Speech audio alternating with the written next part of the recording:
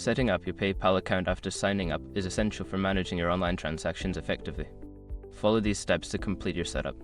Step 1. Verify your email address. Check your email for a verification message from PayPal. Click on the link provided in the email to confirm your email address and activate your account. Step 2. Link your bank account or card. Log into your PayPal account and navigate to the wallet section. Click on Link a bank account or link a card and follow the prompts to enter your banking information or card details. Step 3. Set up security features. Go to the Settings menu and select Security. Here, you can enable two-factor authentication for added security. Follow the instructions to link your mobile number or use an authentication app. Step 4. Customize your account preferences. In the Settings menu, explore the various options available to customize your account preferences.